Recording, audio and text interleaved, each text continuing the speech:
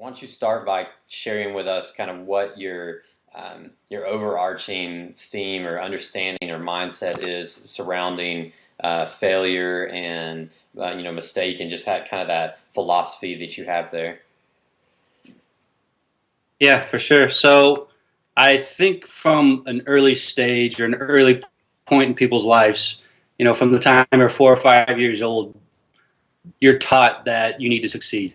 Everyone knows that failure sucks, but whether it be, getting ready for school in the morning and making sure you brush your teeth, or, going to little league practice, or winning your little league game, or landing a job, or going to college, you spend your entire life down this path where people tell you these are what success means to people in normal life.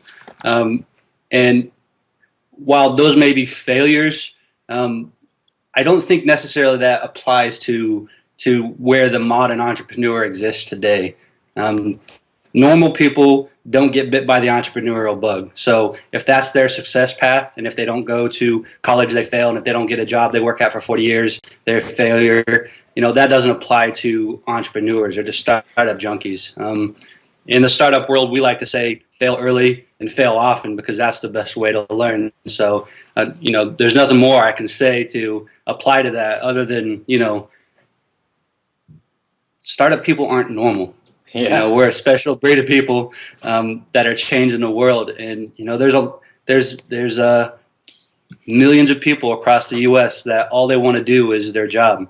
They don't want to think critically. If something bad happens to the Walmart cashier, someone spills something, a lot of times they'll just call a manager. It's not their job to think about what to do about it. Mm-hmm. Entrepreneurs are different in the way they fail. They fail early, they fail often. They learn how to make those business critical decisions, so that when they get into a situation, whether it be the juice falling on the register or a server going down during a massive launch, that they know how to make the proper decision.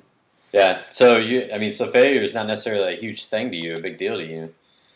I've failed a lot, and I'd like to think every startup or every entrepreneur who's worth their weight has failed a lot too, because it's the best way to learn about everything.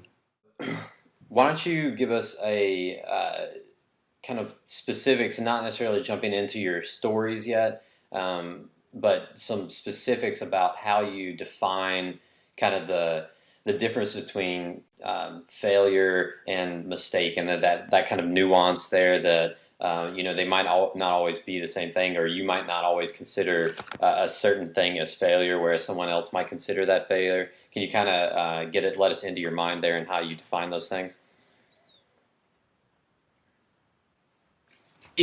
Failure has always been a humble learning moment. It's that point in time at which you find out that the path you were traveling down is, not necessarily right. It stops you in your tracks when you're at that moment in time when the decision you made, you realize is absolutely wrong.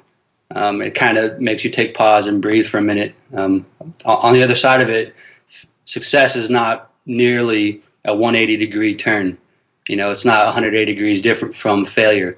It's actually the next moment in time after that failure, when you have the opportunity to either resurrect yourself or to make another great decision based off the failure you just had. Mistakes are mistakes. I think people like to put a lot of difference on them because failure sounds like a massive word. But, like some of the previous people you've interviewed, like Nick Holland, failure can be little, and it should be little. You should fail a little bit every single time, and a small failure is just a mistake. But I think when you make that mistake and you're aware of it, that's a failure, and it becomes a success because you've gotten past that failure. You've learned from it. You've been able to add a little notch to your startup headboard and say, okay, the next time this happens, I'm going to make a better decision because of it.